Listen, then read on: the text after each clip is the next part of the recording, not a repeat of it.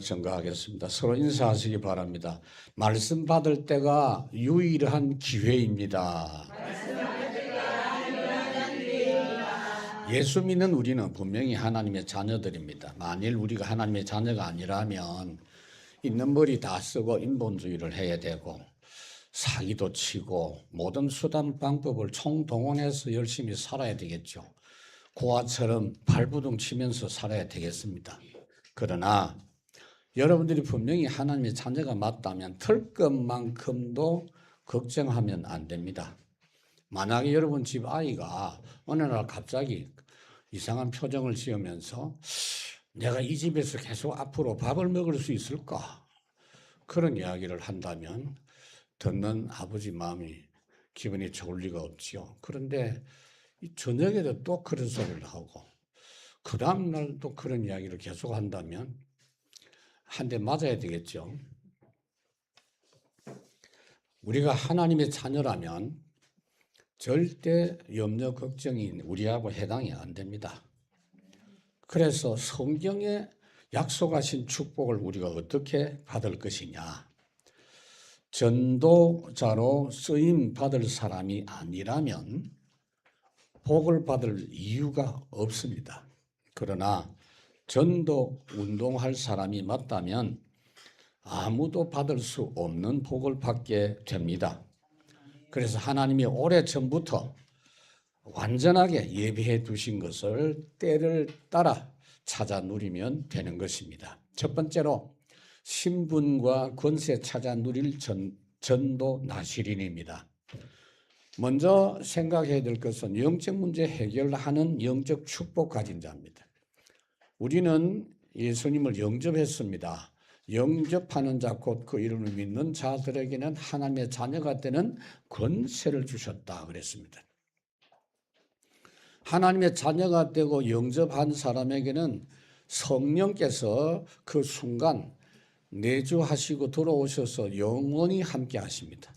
요한복음 14장 16절 17절 내가 다른 보혜사를 너희에게 주사 영원토록 너희와 함께 있게 할 것이다. 그는 너희와 함께 거하시며 너희 속에 계시겠음이라. 내가 너희를 고아와 같이 버려두지 아니하고 너희에게로 오리라. 여러분 구원받은 자의 하나님의 자녀의 권세가 뭡니까? 오늘은 여러분들이 같이 좀 따라해 주시면 좋겠습니다. 하나님의 자녀 양자권인데 나에게 7가지 축복. 첫째, 양자권. 뭐가 좀 일치가 안 되네요. 양자권, 기도 천국권, 성령 동행권, 사탄 결박권, 천사 동원권, 천국 시민권, 세계 정복권. 아멘. 세상 현장 사람은요, 이걸 모르기 때문에 결국은 가면 갈수록 힘들고 인생 말로가 비참하게 됩니다. 영적으로 무지하니까 영적으로 완전 거지 상태입니다. 그리고 무능합니다. 영적으로. 그러니까 영적 문제 올 수밖에 없는 겁니다. 이런 말을 하면 아유 인생 뭐 있어 그냥 살면 되지라고 생각하겠지만 절대로 세상이 그렇지 않습니다, 여러분. 그러니까 아브라함과 롯의 차이를 우리가 창세기 13장에서 볼 수가 있죠. 세상을 볼 때 롯은 기준이 뭐냐면은 잘 먹고 잘 사는 그 조건만 보았습니다. 다른 부분은 눈에 안 보인 거죠. 소돔 고모라가 어떤 성입니까? 조금 있으면 멸망할 성입니다. 하나님 앞에 큰 죄인이었더라. 성경에 그렇게 말씀하고 있는데 그게 안 보이는 거예요. 완전히 영적 비밀이 하나도 없고 육신 충만한데 그것을 선택해서 갔습니다.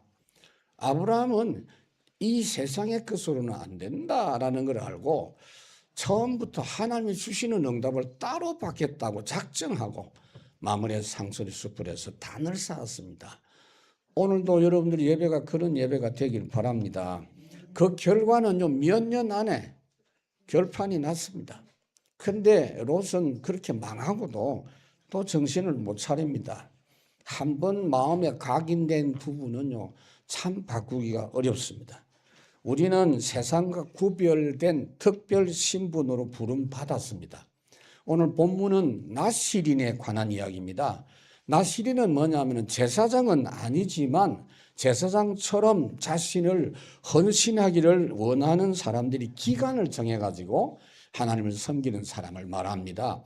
6개월 내지 1년 혹은 2년 기간 정해가지고 하는 겁니다. 당시에 여러분 직분은 제사장 직분이 있고 평민이 있었어요. 그러니까 평민들은 하나님께 헌신할 수 있는 기회가 전혀 없었습니다. 그래서 특별한 서원을 하면 평민들도 제사장이 하는 일은 못하지만 성전에서 섬기고 하나님 섬기는 일을 할 수 있도록 그렇게 한 겁니다. 우리는 어떤 사람이냐? 하나님이 택한 나시린입니다. 그러니까 자진해서 나시린으로 되는 경우가 있고 하나님이 택한 경우가 있습니다. 이사야 40장에 보니까 내가 너를 창조하였고 내가 너를 구원하였고 내가 너를 지명하였고 내가 너를 불렀으니 너는 내 것이다 그랬어요. 오늘 우리는 이 시대의 나시린으로 부름받은 사람 확실합니다. 사사 중에 삼손 같은 사람은요, 하나님이 특별히 모태에서부터 선택한 나시린입니다. 평생 나시린으로 부름을 받은 사람입니다. 우리도 평생 나시린으로 부름받은 사람이 확실합니다. 우리 교회 성도들은 전부 그런 분들입니다. 그래서 우리는 세상 사람들과는 다르게 살아야 된다. 딱 못을 박아야 돼요. 세상 사람과 같이 살 이유가 없어요. 그 망하는데. 두 번째, 평생 동안 누려야 될 복음 흐름. 처음부터 무조건입니다, 여러분. 그래서 우리가 모이고 훈련하고 만나고 현장에 가고 복음 이야기를 끊임없이 하고 새벽에도 낮에도 밤에도 금요일 날도 왜 이렇게 지속하느냐? 이유가 있어요. 사도행전 2장 46절에 보니까 날마다 집에서 성전에서 모였어요. 내 이름으로 모인 곳에 나도 그들 중에 있다.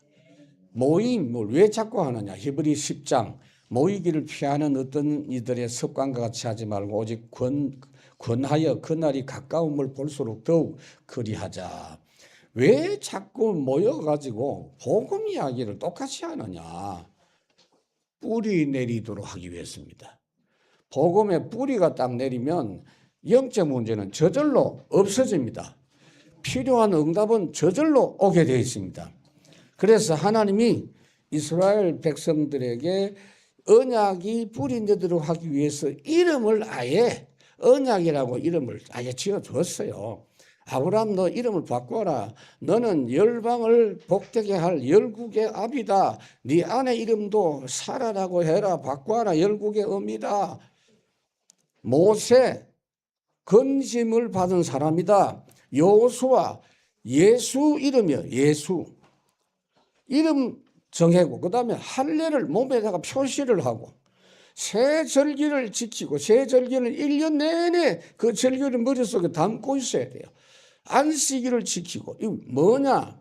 신명기 6장에 보니까 말씀을 완전히 각인하게 하는 겁니다. 세상 끝날까지 만나고 주님께 예배하고 모이고 주님이 함께 하시는 부분을 계속 확인하고 누려라 하는 겁니다. 사도행전 5장에 보니까 저희가 날마다 성전에 있든지 집에 있든지 예수는 그리스도라고 가르치기와 전하기를 쉬지 아니하니라. 여러분 그 흐름 속에서 가정생활하고 그 속에서 산업하고 학업생활하고 그렇게 해야 된다 그 말이에요. 자 오늘 1절 여호와께서 모세에게 말씀하여 이르시되 이스라엘 자손에게 전하여 그들에게 이르라. 남자나 여자가 특별한 서원 곧 나시린의 서원을 하고 자기 몸을 구별하여 여호와께 드리려고 하면 그랬어요. 남자와 여자가 특별한 서원을 하려고 하면 그랬어요. 자기 몸을 구별해라. 여러분 이때 당시에 여자들도 나시린이 될 수 있다는 건 파격적인 하나님의 말씀입니다.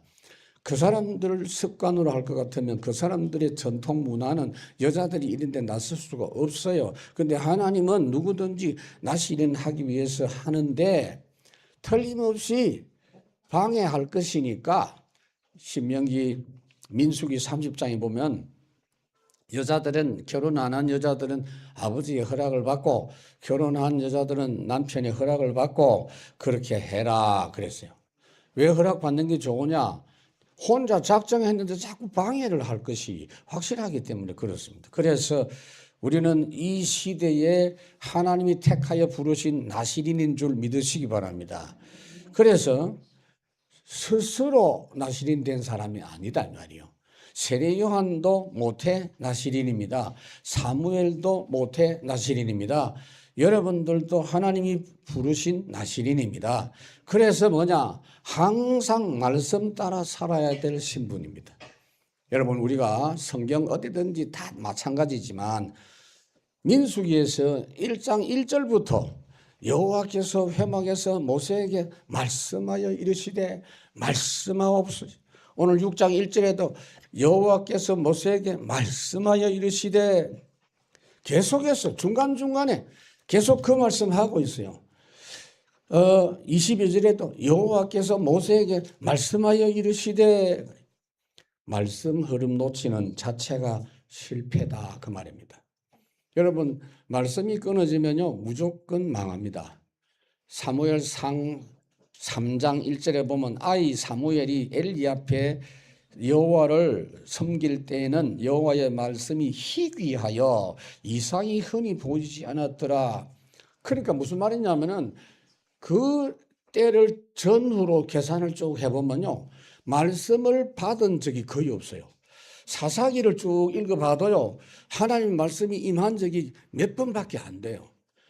그러니까 매주 말씀 받고 하나님은 순간순간 말씀 주시는 하나님인데 얼마나 말씀에 무관심했던지 말씀이 아예 나타나지를 안 했다 그랬으니 그러면요 세상이 병들고 문제가 올 수밖에 없습니다. 여러분들이 하나님 말씀 흐름을 계속 따라가면 어떻게 되죠?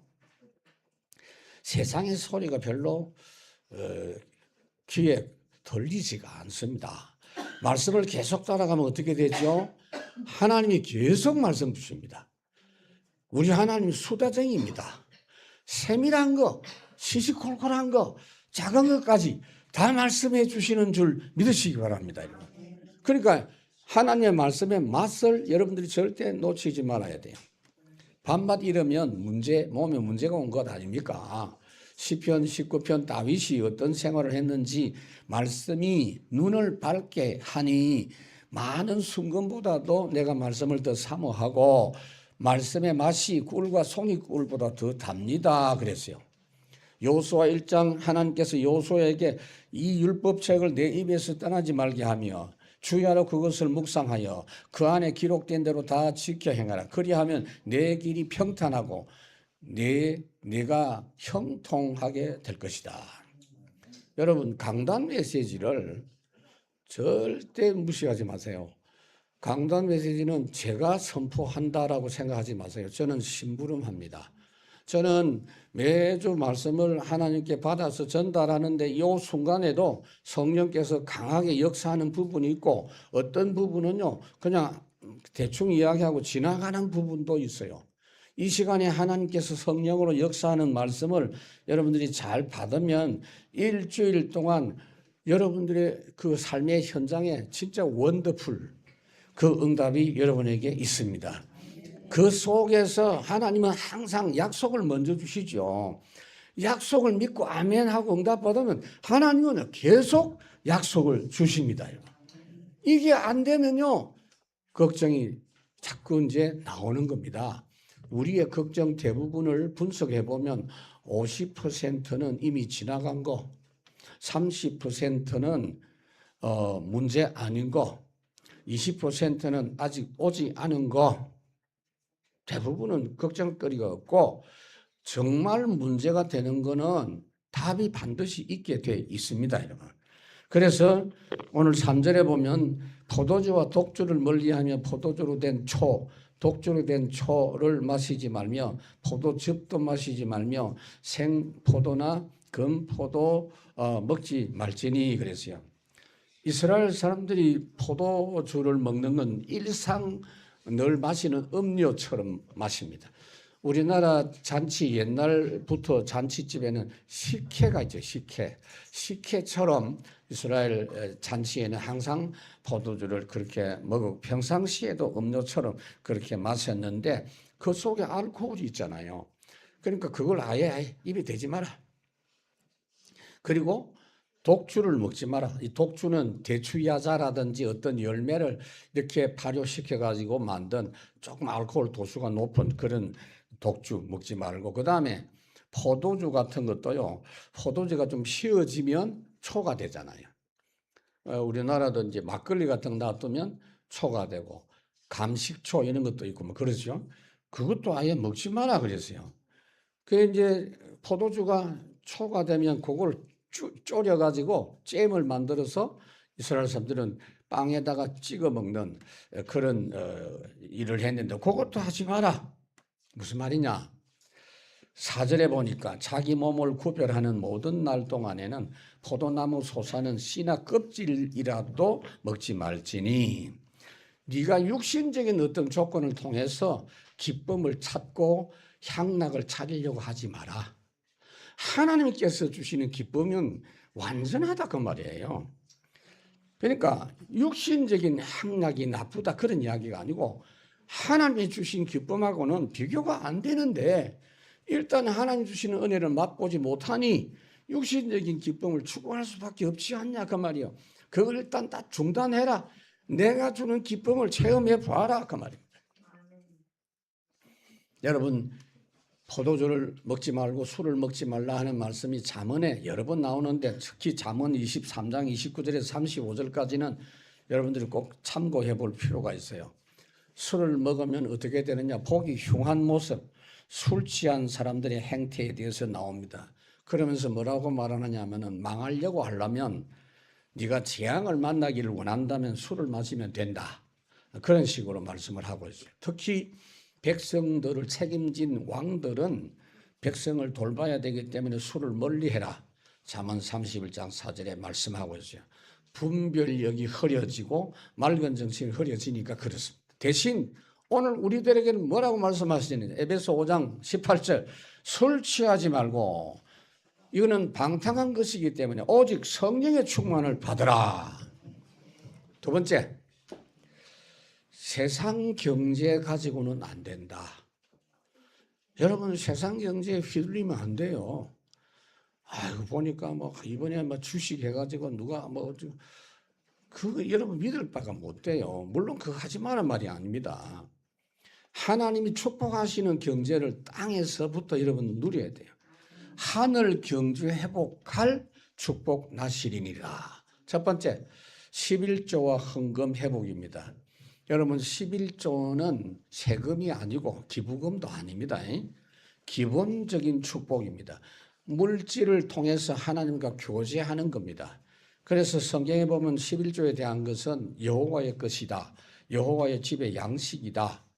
야곱은 율법 아예 말씀하기도 전에 창세기 28장에서 생사를 걸고 서원했던 것이 11조입니다. 우리 수입 속에 이미 하나님께 드릴 11조가 포함되어 있다는 걸 여러분들이 아셔야 됩니다. 그래서 예수님께서는 거의 보면 구약 성경에서 말씀하신 것을 거의 다 부정을 했는데 유일하게 인정한 게 11조입니다. 마태복음 23장 23장에 말씀하고 있어요. 11조는 무명으로 하지 마세요. 여러분 이름을 딱 적어서 받들이 하나님께 드려야 됩니다. 구제 헌금할 때는 무명으로 하십시오. 건축 헌금은 보너스입니다. 선교 헌금은 뭐냐?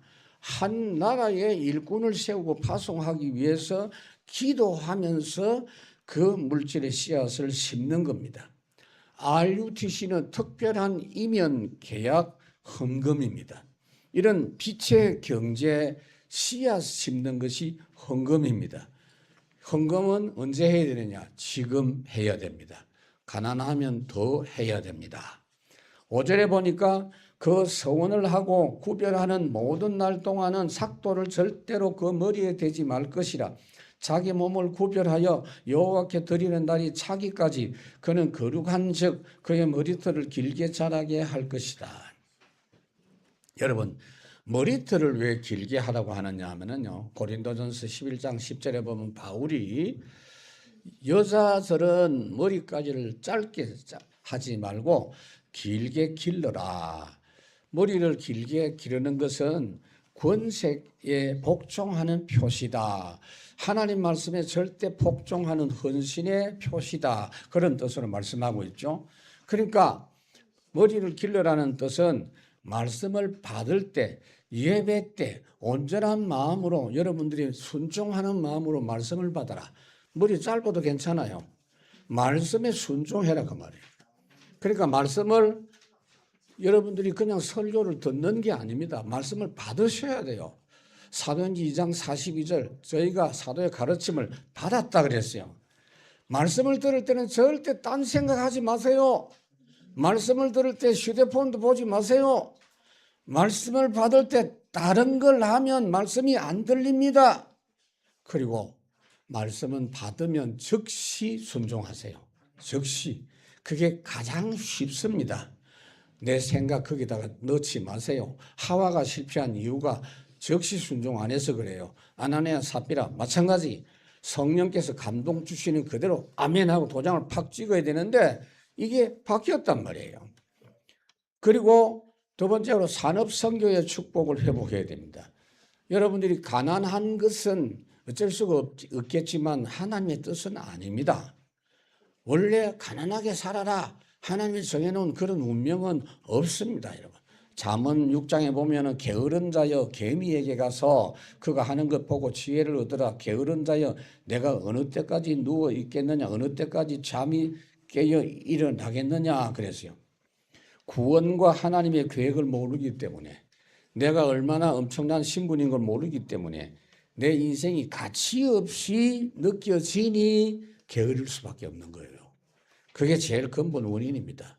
신명기 28장 1절 보니까 내가 내 하나님 말씀을 삼가 듣고 내가 오늘 내게 명령을 하는 이 모든 명령을 지켜 행하면 내 하나님 여호와께서 너를 세워 모든 민족 위에 뛰어난 민족이 되게 하고 내가 들어가도 복을 받고 나가도 복을 받고 떡반죽이 복을 받고 드레스도 복을 받고 다 그 말씀 좋아하더라고. 목사님 신방 때는 신명기 28장을 이야기해 주세요. 할렐루야. 후반부를 이야기해 줄까? 내가 그래. 후반부에는 저주가 있는데. 복음 모르면 고생합니다. 지금도 여러분 세계 각국을 쳐다보세요. 지역 상황을 쳐다보세요. 그게 그대로 보이잖아요. 그냥 세상은 창세기 3장 17절 18절입니다. 아담이 범죄한 뒤에 세상은 아담 때문에 이 땅이 저주를 받았어요. 땅이 효력이 없어요. 죽도록 고생하고 밥 먹는 그런 체제로 돼 있습니다, 여러분. 그래서 반드시 그냥 사업하면 안 됩니다. 산업선교 해야 됩니다. 내가 먼저 복을 받고 나 때문에 산업이 복을 받는 요한 3서 1장 내 영혼이 잘된 같이 범사가 잘되고 그랬죠. 자, 그래서 여러분 이런 삶을 살 때 절대 세상적인 거 허용하지 마라. 나실인 6절 자기 몸을 구별하여 여호와께 드리는 모든 날 동안은 시체를 가까이 하지 말 것이요. 시체를 가까이 하자면 여러분 시체 죽음은 뭐죠? 죄의 결과가 죽음 아니에요. 죄의 삭선 사망이라 그랬죠. 죄의 열매가 시체다 그 말이에요. 그러니까 이 말은 시체를 멀리하라는 뜻도 되지만 죄를 멀리하라는 뜻입니다. 죄가 뭡니까? 내 생각, 세상의 방법. 빛의 복음을 누리면 어떻게 되죠? 여러분 복음의 비밀을 묵상하고 누리면 분별이 됩니다. 선한 데 지혜롭고 악한 데 미련해진다 그랬죠. 그래서 산업선교의 축복을 맛보고 나면 어떻게 되죠? 창세기 14장 아브라함이 소돔 왕이 전리품을 주려고 하니까 오케이, 그거는 내가 거절하겠다. 그거 당신들 거니까 가져가라. 나는 하나님이 챙겨주시는 복을 받는 사람이야. 과감하게 소돔 왕의 그 부분을 거절을 했습니다. 그리고 우리가 하는 경제는 세 번째, 재앙 이길 유일성의 축복받아야 돼요. 여러분들이 언약을 정말 붙잡고 기도하면 창조적 축복이 나타납니다. 가장 필요한 거죠. 출애굽기 9장 26절에 보니까 고센 땅에는 재앙이 없었더라 그랬죠. 다릅니다. 안디옥 교회 사도행전 11장에 보니까 천하가 흉년이 들었는데 안디옥 교회는 빛의 경제, 재앙 이길 수 있는 유일성의 경제.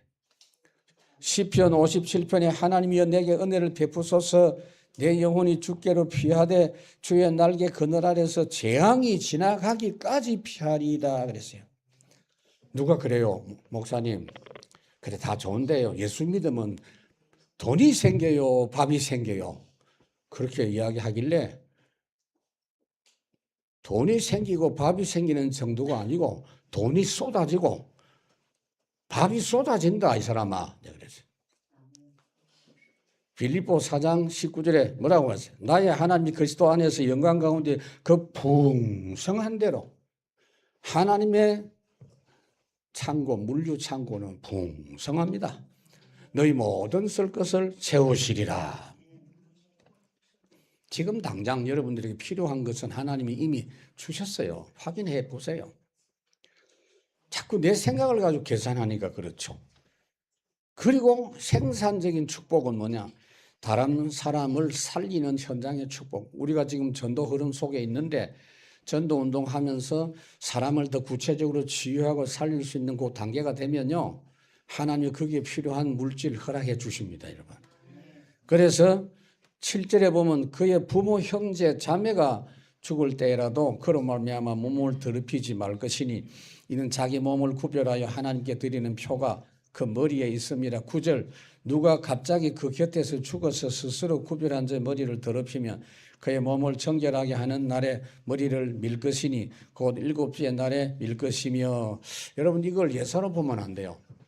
구약 성경이 우리한테 해당이 안 되면 아예 이 성경책을 빼버려야 될 건데 창세기 1장부터 우리가 읽도록 해놓은 이유가 뭔지 알아야 돼요. 그 정신을 지금도 우리가 가져야 됩니다.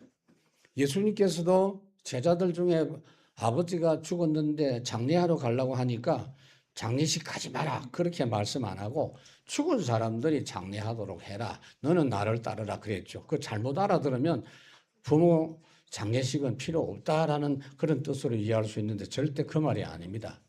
하나님께 헌신할 때는 죄의 통로가 되는 건 완전 차단해라.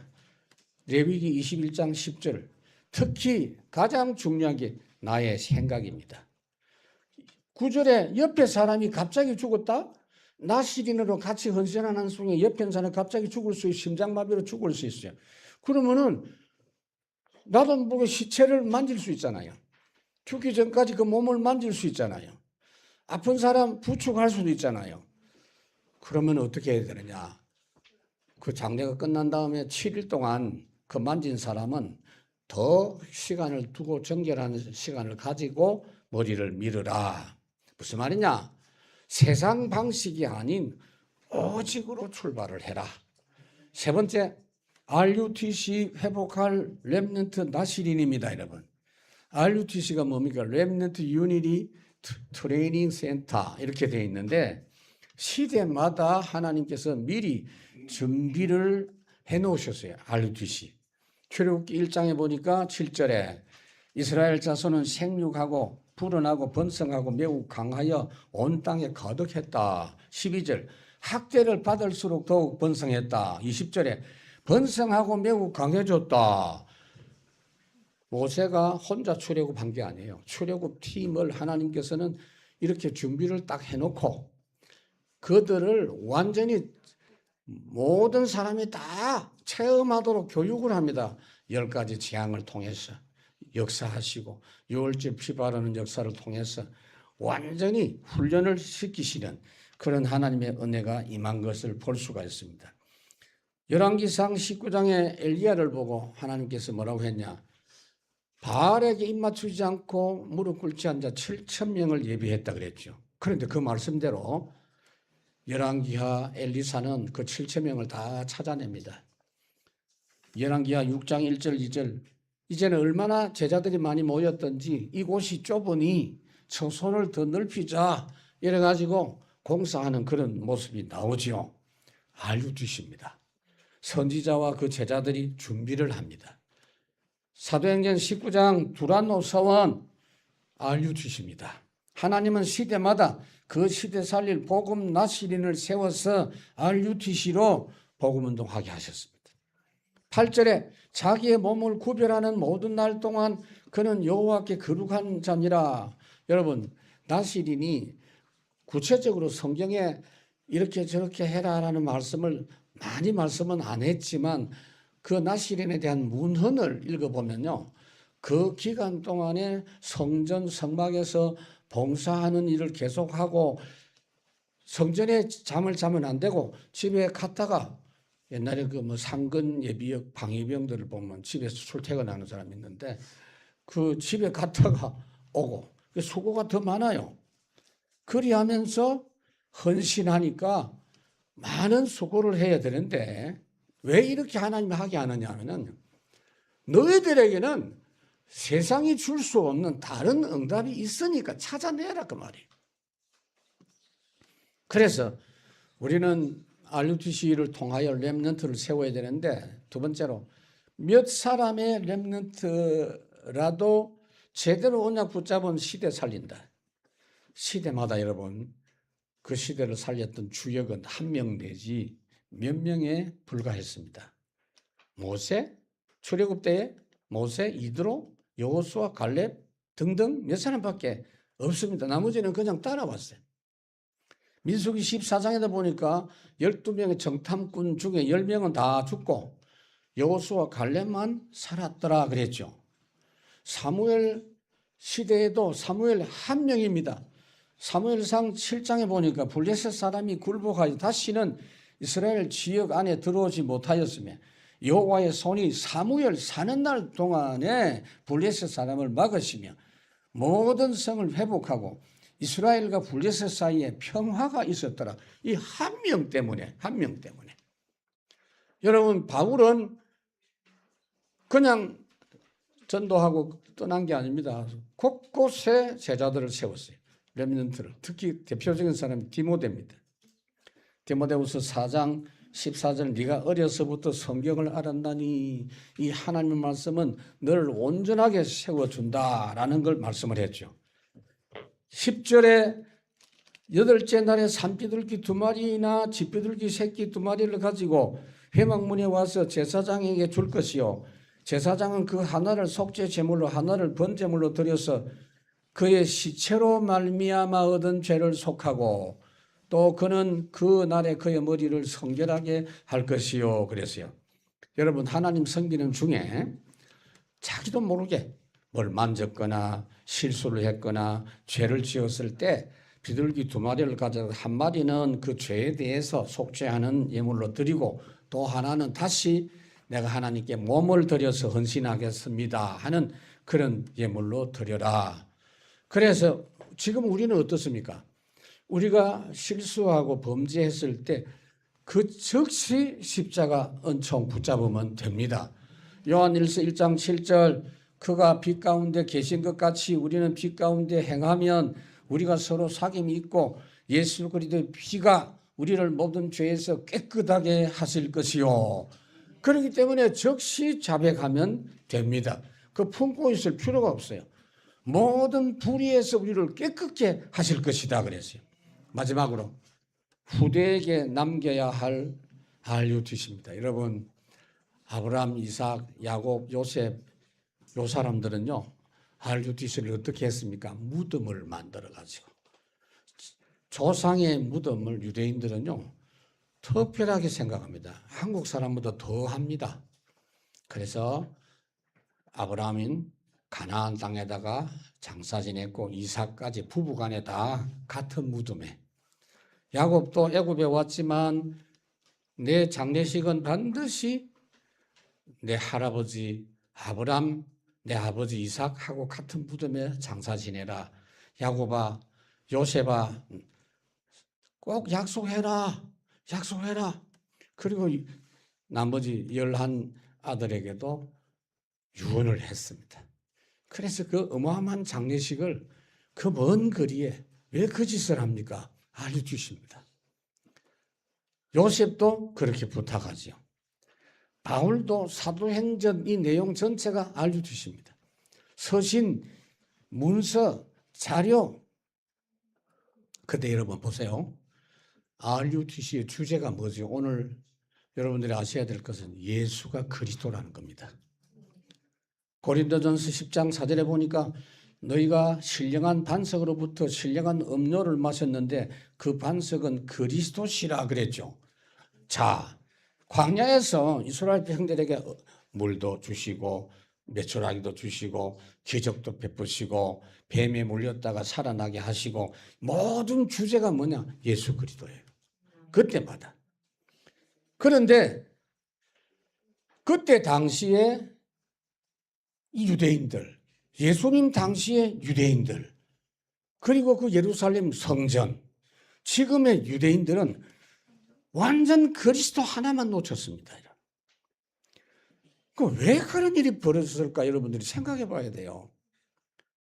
유대인들은 그렇게 철저한데 가장 중요한 핵심인 예수 그리스도를 왜 놓쳤느냐?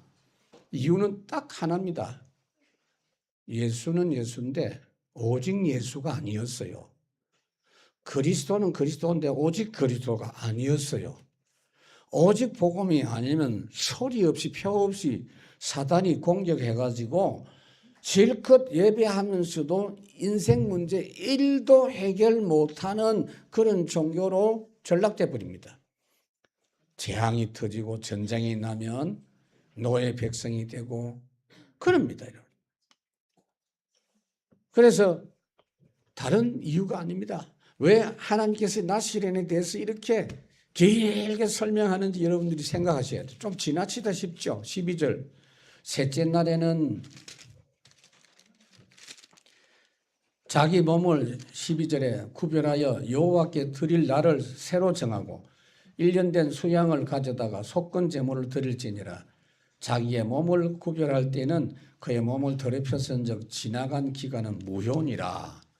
중간에 시체를 만지면 남은 시간은 다시 해야 돼. 앞에 했던 거 다시 무효로 하고 새로 정결 예식을 해서 6개월 더 해라. 그런 이야기입니다.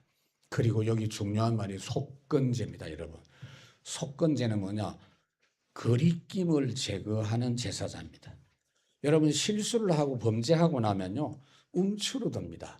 그것이 다른 사람은 무슨 말을 해도 내 자신의 이 사실에 대해서 자꾸 생각을 합니다. 그래서 거기에 대해서 걱정을 합니다. 여러분 실수에 대한 움츠러드는 것이 어떤 거냐? 또 다른 문제를 유발할 수 있는 준비 동작이다. 그렇게 보면 돼요.